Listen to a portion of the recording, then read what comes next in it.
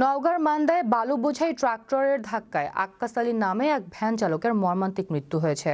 ওই ভ্যান চালক ভালাইন ইউনিয়নের লক্ষ্মীরামপুর গ্রামের মৃত বুজনের ছেলে। রোববার সকাল 10:30টার দিকে উপজেলার 2 নং ভালাইন ইউনিয়নের লক্ষ্মীরামপুরের মোড় এলাকায় এ দুর্ঘটনা ঘটে। পুলিশ ও স্থানীয়রা জানান, লক্ষ্মীরামপুর রাস্তার পাশে নিহত আক্কাস আলী ভ্যান দাঁড় করিয়ে গাছের গুঁড়ি তুলছিলেন।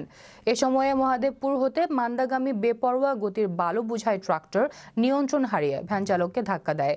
এতে ট্রাক্টরের নিচে চাপা পড়ে ঘটনাস্থলেই তার মৃত্যু হয়। এ ব্যাপারে মান্দা থানার ভারপ্রাপ্ত কর্মকর্তা মোহাম্মদ মোজাম্মেল হক কাজী বলেন, ঘটনাস্থলে পুলিশ পাঠিয়ে লাশ উদ্ধার করা হয়েছে।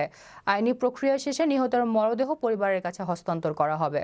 এই উঠানা অবস্থায় একটা ট্রাক আসলো উত্তর দিক থেকে, আসে ওই ভ্যানকে ধাক্কা দিল। ধাক্কা দেওয়ার পর ওই ভ্যানওয়ালা উলট খেয়ে পড়ে গেল, ট্রাকও তার উপর চাপা দিল, দিয়ে একজন মারা যায় আর বিগত 3 জন আহত হয়ে হসপিটালে। 4 জন আহত হয়েছে, ঠিক আছে, কিন্তু ড্রাইভার বা হেল্পার কাউকে আমরা ধরতে পারি নাই। ড্রাইভার হেল্পার তৎক্ষণাৎ পালিয়ে চলে যায়, আর একজন জায়গায় মৃত্যুবরণ করছে, আর 2 জনের অবস্থা খুব আশঙ্কাজনক। তারা বর্তমানে এখন রাজশাহী হাসপাতালে ভর্তি।